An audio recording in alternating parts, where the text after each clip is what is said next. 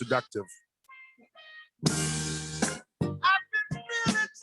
Yeah, I think that's better. So we're seeing more pictures of people getting vaccinated, and now they're sharing that vaccination status on social media, which personally I find to be quite odd. Lauren Zoeller is a dating and relationship expert. LaurenZoeller.com is her website. Lauren, great to have you on the show. How are you today? I'm so good. Thanks for having me here, Scott. I appreciate your time. We're on Zoom as well. That'll be on our website. As you look at me, I bet you would never guess that I'm a 50-year-old single man, would you? Would never guess that. A million years. No, never guess. It's a weird time to be single right now. I thought I was ready to kind of dive back into the game, and then there was nowhere to dive into a year ago, and we've all put on quarantine weight. I mean, I was already putting on weight as it was, but it's even worse now. I don't know where we go from here if we want to get romantic with anybody.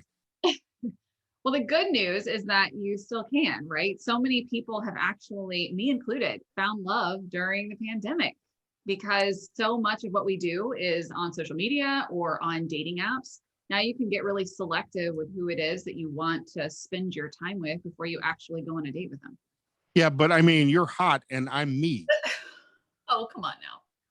So how do you even approach somebody? Do you become that creepy guy on Facebook who keeps doing the pokes? I mean, is that the way people are meeting right now? That doesn't seem very effective to me. No, so actually people are meeting on dating apps. Have you tried dating apps before? I have, but I'm old. I don't know that I belong on Tinder anymore. And I don't want to join the weird ones. I keep getting ads for a singles app for people over 50. And the women I see on I know are not 50 years old. Or if they are, they're the one hot 50-year-old on the site. Okay, so here's the deal. There's plenty of apps out there outside of just Tinder or what we know, Match.com, right? Which was the first one that came out that kind of put dating apps on the scene. There's Bumble, which is a great dating app for all ages, right? I was actually just promoting a new app called the Snack app. And I know it's called the Snack app.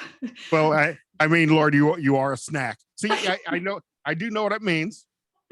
So you can actually record, you can get creative, right? You can do voiceovers, you can do videos, and you can match with other people who also create videos. And if you all like each other's videos, you can meet. And it's for all ages, right? Over 18. So you can't, if you're under 18, it doesn't apply for you. But, yeah, I don't want to be meeting anybody under 18. I don't want to be the next Matthew Gates.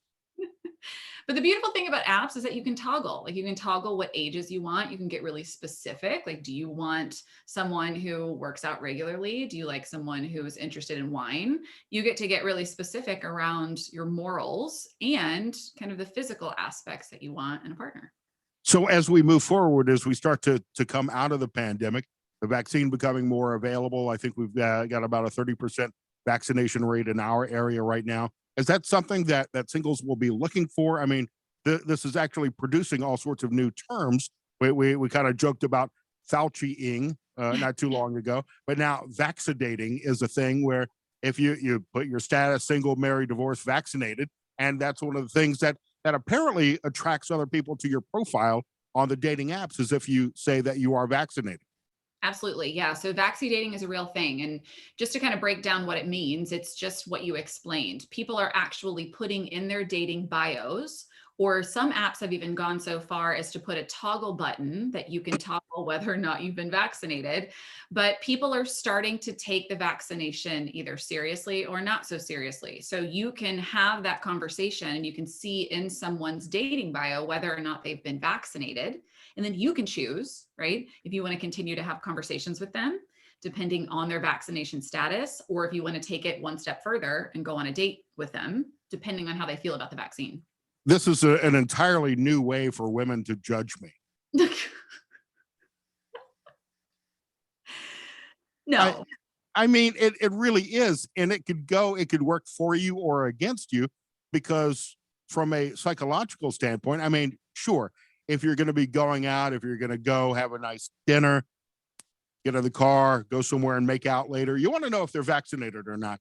But from a psychological profiling perspective, if I'm going to play somebody on Criminal Minds for a second, if they're vaccinated, that tells me a little something about their systems of healthcare, what they believe. Do they believe in science or not? If they choose, no, I'm not going to get vaccinated, then you might get judged on your political beliefs. Right, absolutely. But here's what we know, right?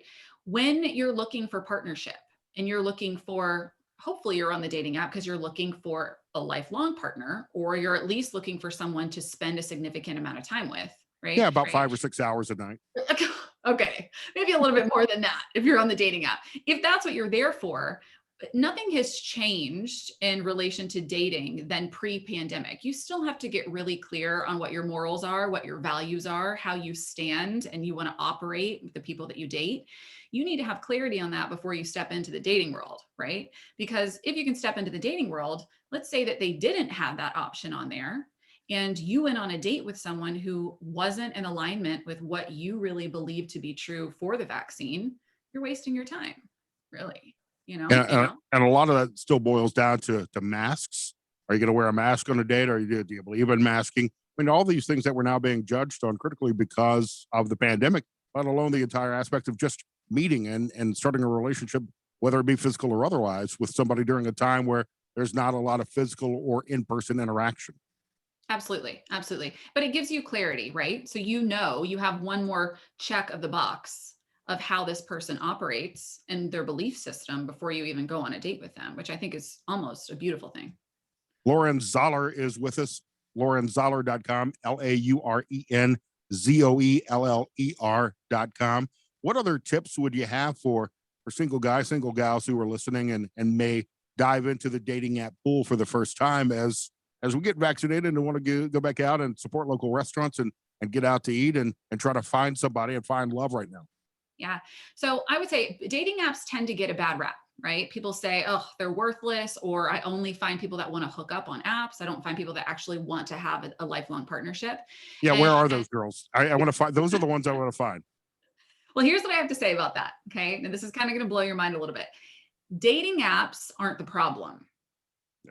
I'm the problem. Yeah. People like me are the problem. Yes. Your beliefs about dating apps are the problem, right? So you've got to shift your beliefs if you want to start to attract someone who wants to be in a lifelong partnership or an extended partnership with you.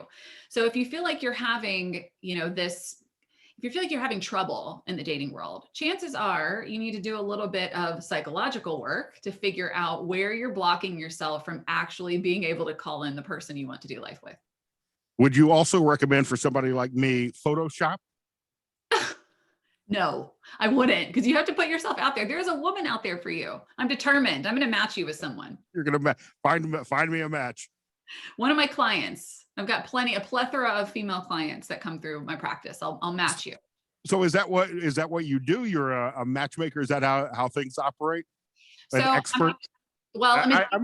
I'm afraid if you dove into my personality and profile you're screwed, man. You're going to die a lonely, lonely man with you and your cat. Well, maybe we can come back around and do a whole segment on me coaching you, right? So I coach women and I coach males too on helping them clear the blocks that are keeping them from calling in their person. So I truly believe, and it happened to me, that dating has nothing to do with what you're doing. It has everything to do with who you're being, right? So if you're not being the person you want to attract, you're going to fall flat on your face. I can assure you, I do not want to attract anyone who is like me at all. But I'm happy you found love during the pandemic, because you don't want to get relationship coaching from someone who is single. I mean, that seems kind of antithetic. It's so true. It's so true. Yeah, but I did find love during the pandemic, so I was very blessed. Hey, Lauren, I love talking to you. I'd love to have you back on the show again sometime. Absolutely, I would love it. Lauren Zoeller, LaurenZoeller.com. It's the Scott Sands Show.